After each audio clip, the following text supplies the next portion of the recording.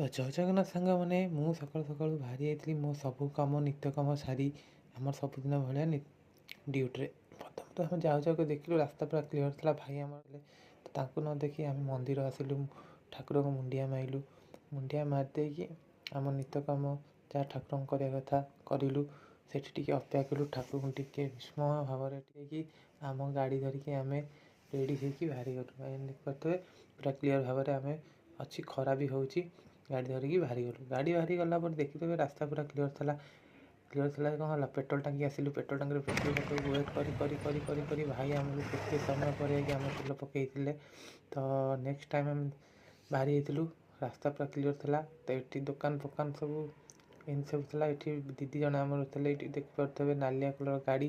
ତ ଆମେ ନାଲିଆ ଗାଡ଼ି ଆମେ ବି ଦେଖିକି ପୁରା ଉଡ଼ିଲୁ। ଏଠି ଥିଲା ଟ୍ରାଫିକ୍ ଜାମ୍। ଟିକେ ଆଗକୁ ଗଲା ପରେ ଟ୍ରାଫିକ୍ ଫିଟିଥିଲା। ତ ଟ୍ରାଫିକ୍ ଫିଟିଲା ପରେ ଆମେ ଆଉ ରହି ପୁରା ଏକା ସ୍ପିଡ଼ରେ ବାହାରି ଯାଇଥିଲୁ। ଏଠି ଆସିଥିଲୁ ଦୋକାନ ପରେ ଆଉ ଭିଡ଼ିଓ କରିପାରିନଥିଲୁ, ରାତି ହେଇଯାଇଥିଲା। ତ ଡ୍ୟୁଟିରେ ବାହାରିଲା ସମୟରେ ଆମେ ଭିଡ଼ିଓ କରିପାରିବୁ। ତ ରାସ୍ତା ହେଲା ଏଇଭଳିଆ ହାଲତ ଥିଲା। ଆଉ ଶୀତ ବି ପ୍ରବଳ ଲାଗୁଥିଲା। ତ ଏଠି ଟିକେ ଟ୍ରାଫିକ୍ ଜାମ୍ ହେଇଥିଲା। ଟ୍ରାଫିକ୍ ଜାମ୍ ଯେମିତି ପିଟିଛି